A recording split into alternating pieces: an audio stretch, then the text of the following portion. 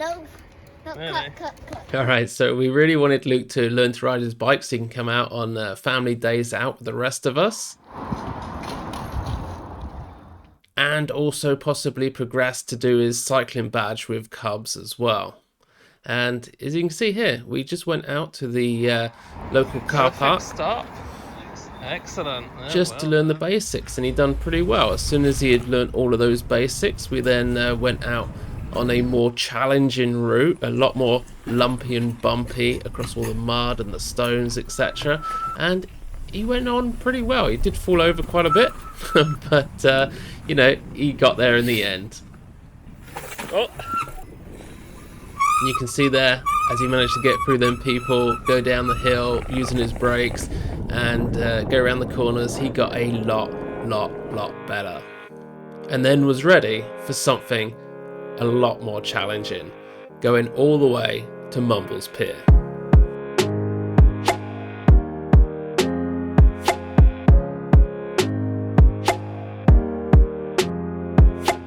Okay, so we're here, we're in Swansea, we're ready for the final push now, the Swansea to Mumbles Pier, and are you ready?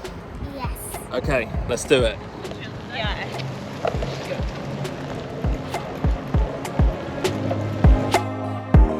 Okay, not bad. Look, how you feeling? I need to pee. You need to pee? Okay, we'll have to find somewhere for that then. You can see the pier just over there. That's where we're heading. It's quite a way to go yet, but yeah, doing a good job.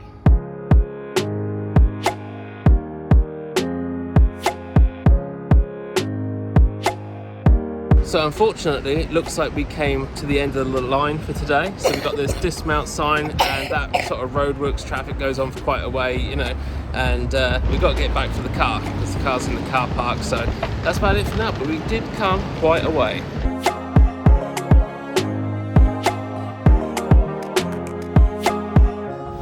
There we go, 3.81 miles. Not bad. How was that?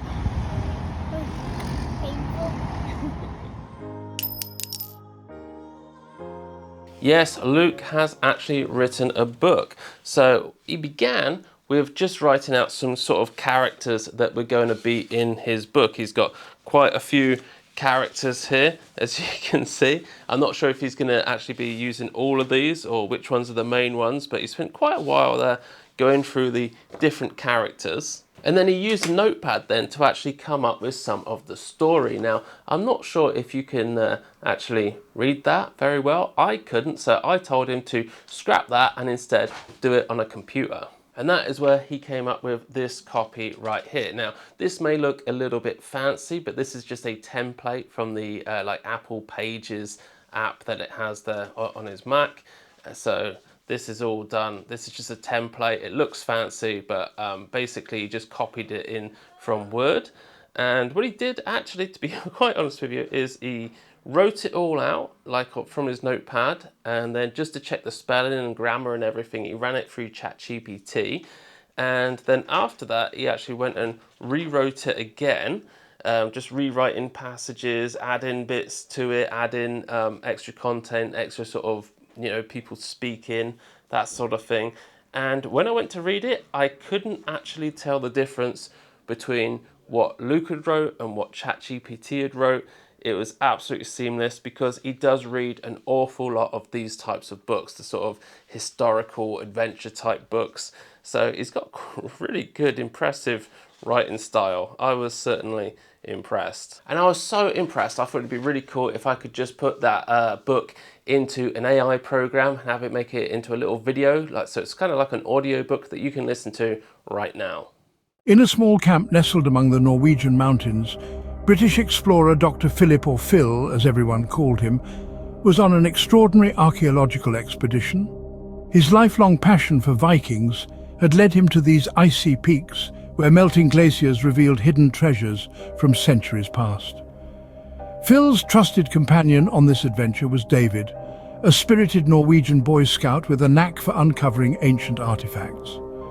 Together with Phil's wife Mary and their daughter Sophia, they scoured the mountains for clues to the Viking era, a time of fierce warriors and legendary explorers. As summer made way for winter, The team unearthed a trove of Viking relics, spears, arrows, clothing and tools. But with daylight slipping away, most of the expedition had returned home, leaving Phil, Mary, Sophia, David and a couple of crew members at the remote camp. The sun dipped below the horizon as Phil and David returned from their latest find, a hidden Viking cup beneath a rock. Excitement filled the air, but upon reaching camp, the usual warmth was met with an unsettling absence of Mary and Sophia. Anxiety loomed as darkness descended, and the crew grew uneasy about the missing pair. "Do you remember where they last were?" asked John, Phil's best friend. "They were adventuring in a cave," answered Phil, a hint of concern in his voice. With a quick meal behind them, Phil, David and the remaining crew ventured into the cold night, calling Mary and Sophia's names into the darkness. Phil and David, familiar with the mountains, headed to the other side where they had explored earlier. The weather turned unforgiving and David's keen eyes spotted a small cave behind a crack in an icy wall.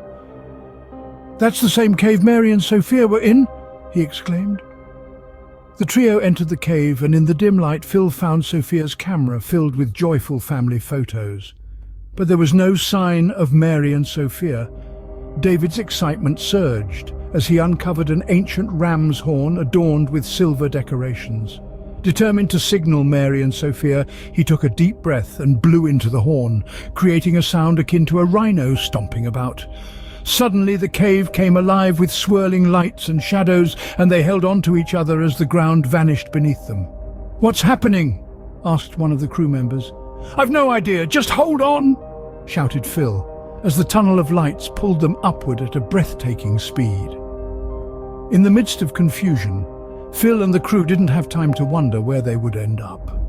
The adventure had taken an unexpected turn, leaving them suspended in a whirlwind of lights and mystery.